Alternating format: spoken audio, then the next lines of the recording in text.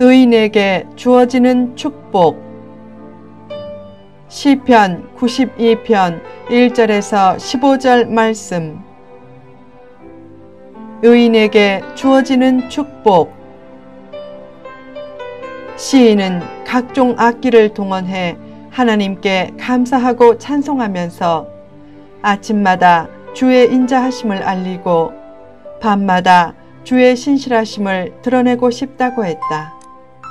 특히 하나님이 행하신 일이 너무나 크고 하나님의 생각이 매우 깊기에 하나님을 찬송하겠다고 했다.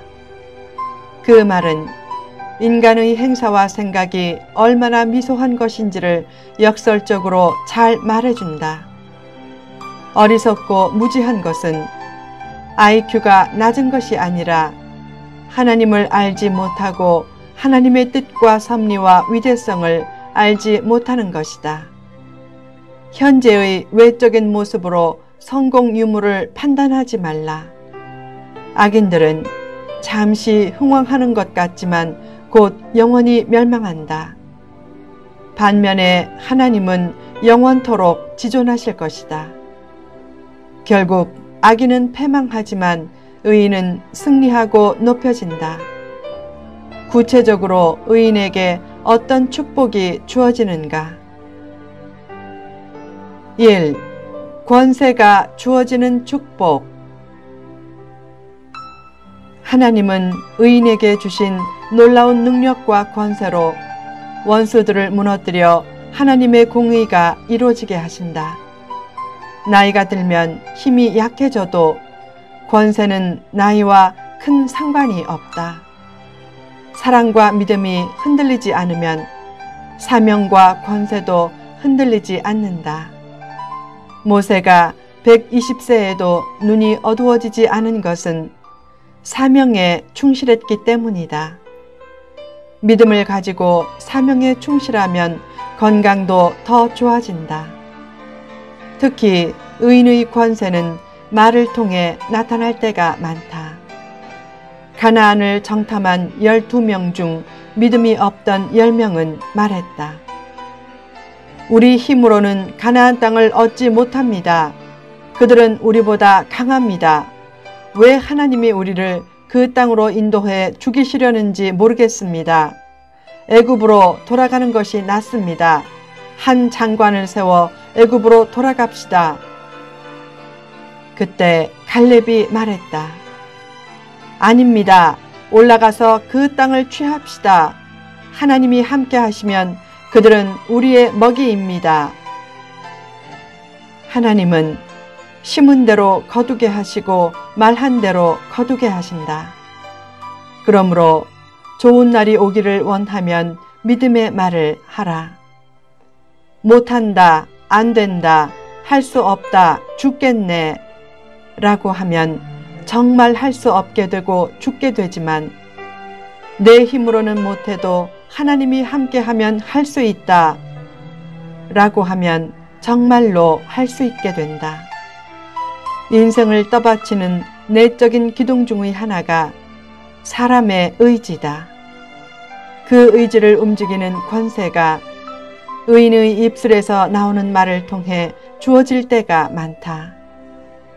다만 입술의 권세와 관련해서 거짓을 분별하는 분별력은 꼭 갖춰야 한다. 지난 수십 년간 한국 교회의 수준을 무엇이 떨어뜨렸는가? 입술의 권세를 내세워 허풍치는 말이 떨어뜨렸다. 교인이 100명 정도 되는 교회 리더가 믿음을 내세워 선포했다. 우리 교회는 100만 명 선교사를 파송할 것입니다. 우리는 할 수 있습니다.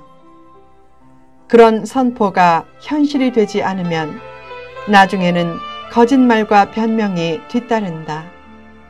그런 거짓 허풍을 가볍게 넘기면 안 된다.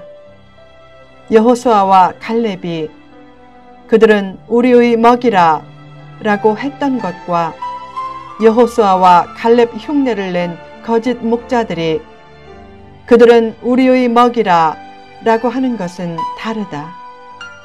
입술의 권세를 내세워 공적인 거짓 선포를 상습적으로 하는 사람에게 자기 영혼을 의탁하는 것은 큰 불행이다. 입술의 권세를 활용하되 입술의 권세를 남용하는 사람은 멀리하라. 허황된 비전을 내세워 할 수 있다 라고 하는 것이 거짓 목자의 영혼 탈취 수단임을 모르고 거기에 이용당하면 얼마나 불행한 일인가. 말이 앞선 사람에게는 말의 권세가 나타나지 않는다.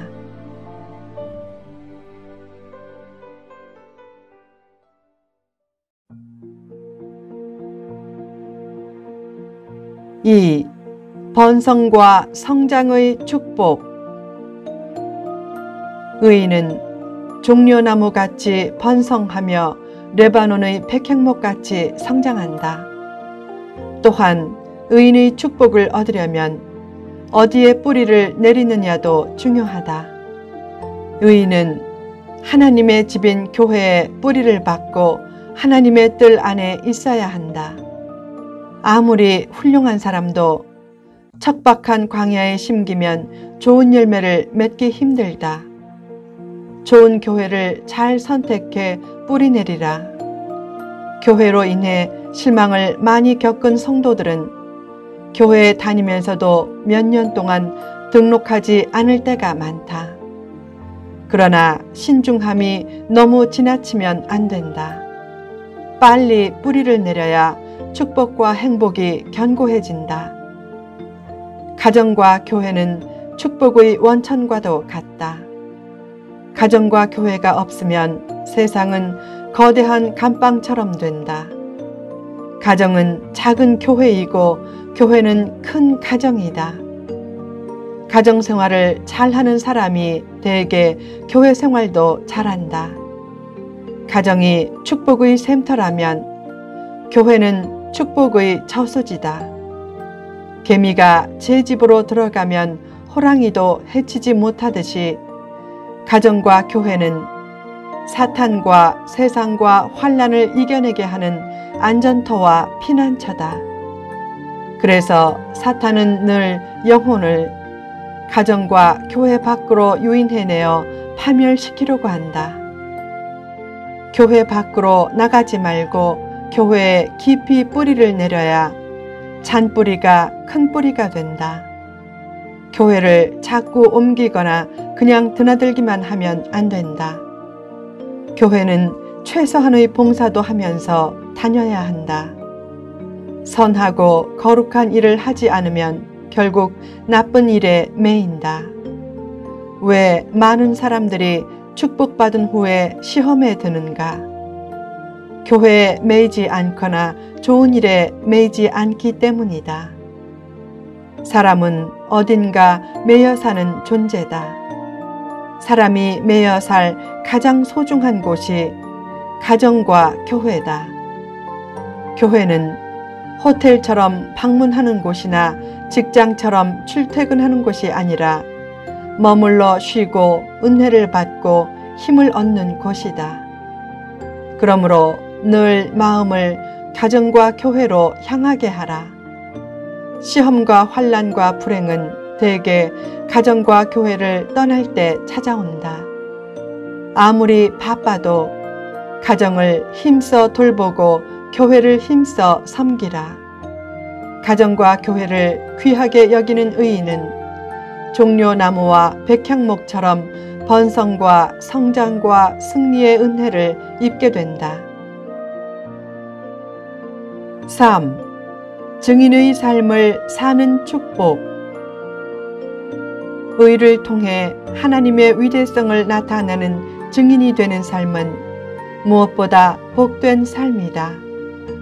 하나님이 주신 자신의 모든 것을 활용해 힘써 전도하라. 왜 성령 충만이 필요한가? 증인의 삶을 살기 위해서다. 성령님이 함께하지 않으면 전도처럼 힘든 것이 없다. 성령 충만 전까지는 베드로도 거의 전도하지 못했다. 그런데 오순절 다락방에서 성령 충만을 받은 후 한 번의 설교로 3,000명을 회개시켰다. 그것은 베드로가 한 일이 아니라 성령님이 하신 일이다. 빌립 집사에게 성령이 임하자 그를 통해 사마리아 성 전체에 큰 변화의 역사가 나타났다. 그때 갑자기 천사가 나타나 말했다. 예루살렘에서 가사로 가는 남쪽 길로 가라. 그는 이상하게 생각했을 것이다. 이런 대역사를 놔두고 왜 광야로 가라고 하실까? 사탄의 음성은 아닐까? 그러나 천사의 말대로 순종하자 예루살렘 순례를 마치고 돌아가는 한 에티오피아 고관을 만나 그를 구원하게 되었다. 성령님은 대아프리카 대륙을 구원하려고 빌립의 발걸음을 광야로 친히 이끄신 것이다. 전도와 선교는 가장 귀한 영적인 투자다. 열심히 전도하고 선교하면 생각을 초월한 수많은 축복의 열매가 자신의 품에 안길 것이다. 사람들은 전도처럼 힘들고 어려운 일은 가능하면 회피하려고 한다. 그러나 복과 은혜를 받았으면 남들보다 앞장서서 희생해야 한다. 하나님이 원하시는 어떤 일이 어렵고 힘들어서 많은 사람들이 회피하려고 할 때 자신이 해보겠다고 나서는 사명감을 가진 사람이 결국 하나님의 선택과 사랑과 축복을 받는다. 갈렙은 자기 능력으로 헤브론을 점령하겠다고 하지 않고 하나님이 자기와 함께 하시면 헤브론을 점령할 수 있다고 믿고 나아갔다.